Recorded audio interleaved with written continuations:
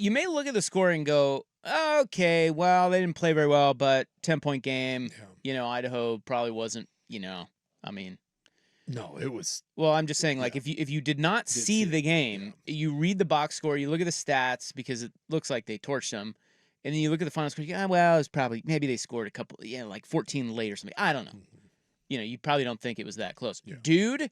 You glossed over it, but that freaking offsides, it was 17-14. And they were at I don't remember what yard line they were on. They were down inside the red zone of Idaho. Yeah, they were 25 or something, and it was 4th and 7, and Oregon was going for 4th and 7, and did you think they should go for that? Boy, up 3. I mean, I know you don't want to be up 6. I guess the idea is, I was like, oh my God, I can't believe, because this, but here, to me, it makes no sense. But this is Dan Lanning, and Dan Lanning has told us who he is for 3 straight years. You're top of your helmet! He doesn't give a rip. He's going for it. Like, he just is. I didn't like that. I thought maybe you would take the points. Well, as good as your defense has been, the only 2 things that Idaho had done all game were trick plays. Other than that, your defense had absolutely, they were 2 for 13 or 2 for 12 on 3rd down. Yeah. Kick the field goal, go up 6, and make Idaho drive down and score a touchdown to beat you. That's what I think too. But, I mean, I get the logic of that if you kick a field goal, a touchdown beats you. If you don't kick the field goal and you don't get it, a touchdown beats you. So I get it. But 4th and 7, like, it's one thing. When it's 4th and 2, I got no issue going for it.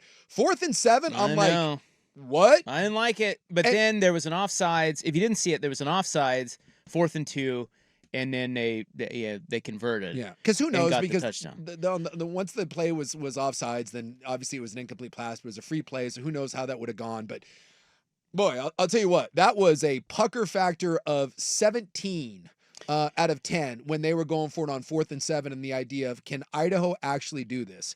And then, of course, they got it. They scored, and that was it. Idaho could never do anything offensively. But this is why I said it's the most dominant, like, oh my God game that I've ever seen. If I told you before the game that Idaho was going to go 2 of 12 on 3rd down and you were going to go 7 of 16, that you were going to have 487 yards and Idaho was going to have 217. If I told you that you were going to hold the ball for 20 more minutes than Idaho, Oregon wins by 60 points.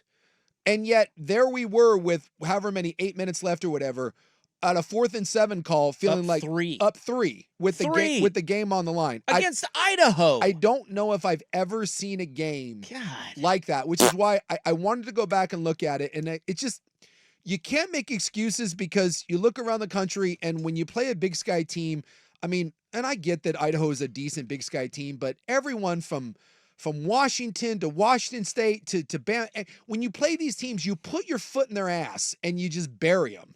And even sometimes where it takes a while to get going, and then in the second half, this is what Washington did, then you just mash Oregon State, by the way, did the same thing. Oregon State had a pucker factor at the half too, and then they come out in the second half and you're like, guys, we're done screwing around. We're going to run the ball and we're just going to blow you off the ball and there's nothing you're going to do about it. Oregon couldn't do that. So there is some like, oh my God, that's not good.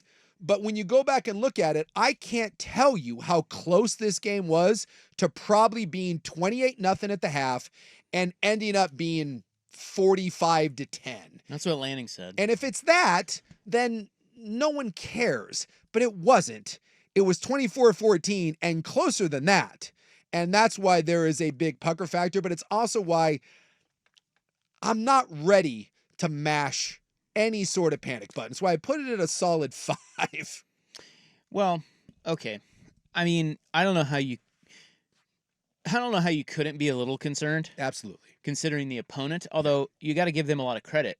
Dude, that's a pretty good FBS or FCS team, right? Yeah, they're Big Sky.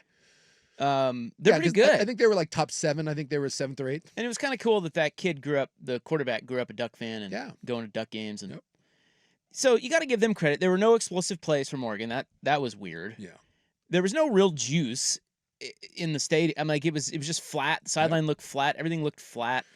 I would say the one element that, I would like to ask you about, I'm sure a lot of fans are wondering about, is the offensive line. It was one side of it. Because that it's like, if you're doing that against Idaho, what's that going to look like against Ohio State? Problematic. Big time problematic.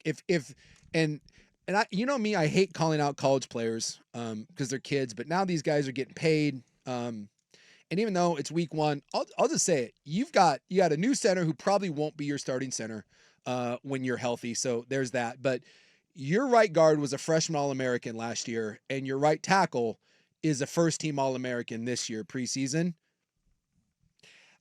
If you're giving out grades, they were probably the 2 worst graded Oregon Ducks, and that is alarming. And when you have a center who, isn't a great player, and you throw him into that mix, that side of your line from the center to the right was problematic all day. They had 0 push in the run game. They couldn't stay on the same level when it came to pass blocking. They had a crucial holding penalty. They had 2 procedure penalties. And this is the weird part. Again, those are 2 All-Americans. Those are 2 guys that are NFL guys. That to me is where, believe it or not, it makes me worry less. If those were kind of also ran dudes and you're like, oh my God, but we've seen them play at high levels. And so I don't know if this is you're buying your own brand. I don't know if it's a flat game and it's Idaho and you didn't take it seriously. I don't know if maybe it was just, again, some continuity issues, not having really played before. Again, a little bit out of position because the right guard's probably going to slide to center eventually when Bradford comes back in? Bedford, yeah. Or Bedford. Yeah, when he comes back in and hopefully he is he's the transfer, by the way, from Indiana. When he slides back in, and they're saying he may be available this week. Lanning said today he might play against Boise State. So that's the biggest issue. Almost all of your pressure came up the middle and from the right side. And then in the run game, it was alarming how little push you got. But I can also tell you from going back and watching that, you had one where James just got caught by the turf monster or he breaks a 20-yard run. He had another one where his calf cramped. Also, I've never seen more successful ankle tackles in my life. And this is where I give Idaho credit. Those sons of guns rallied to the ball and they tackled amazingly well. Some of that I put on Oregon. Dude, you got to make a guy miss. I mean, there's just times where it's one-on-one where, I'm sorry, that's a big sky defender and you're an Oregon back. You got to make guys miss. The other one that I find a bit disturbing is Idaho came out the entire game and just said, we're just going to play 2 high safeties and you are not going to get behind us. They had 1 deep shot, and that was to Stewart at the beginning of the game. And by the way, that should have been a touchdown. It was half a yard over his hands. Otherwise, that's a touchdown. But when you're giving a 2 high safety look, and what that means is you're only playing with 7 in the box. You're basically saying you're going to have to bleed it down the field on us. And by the way, they did that really well. I mean, Dylan Gabriel completed 83.7%. Was he 41 of 49 or something? That's right. Yeah, for 380 yards. I mean, sometimes and people were bitching about it. I mean, like, well, but don't you have you to can just see both take, sides? Don't you have to just take what teams are giving you? But this is you have such matchup.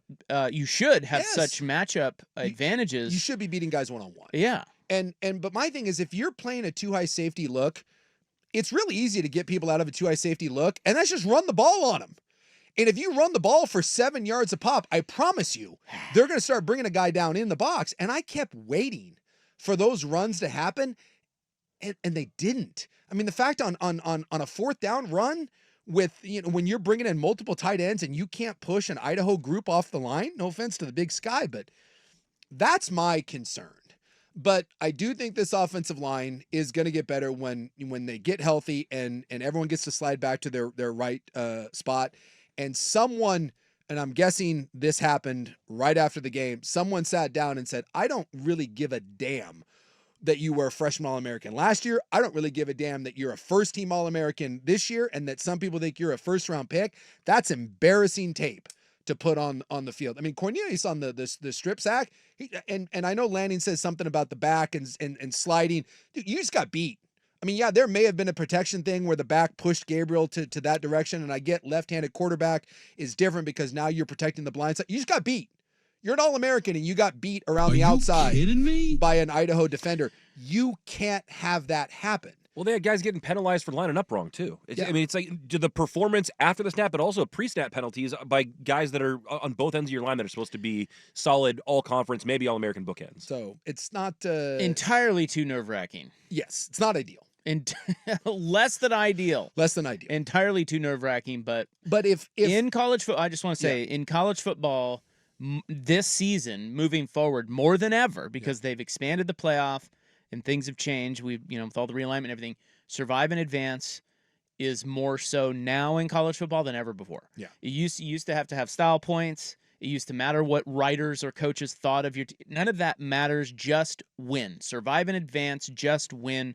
They did that, and Dan Lanning now gets more meat on the motivation bone, the urgency bone, and I like that. I like that for a team that is, that's reading a lot of good press clippings about themselves. And you can beat yourself up, but you're also going to go back and look at that tape and say, guys, if we just don't shoot ourselves in the foot and we just play 10% better, we win that game by 40 points. So just sometimes survive and advance. Again, go back and think about what I said about the Alabama game, right? 17-3 last year against South Florida. You can get better. Yeah, this will be forgotten if Oregon gets better and just keeps Boise. Yeah, keeps winning.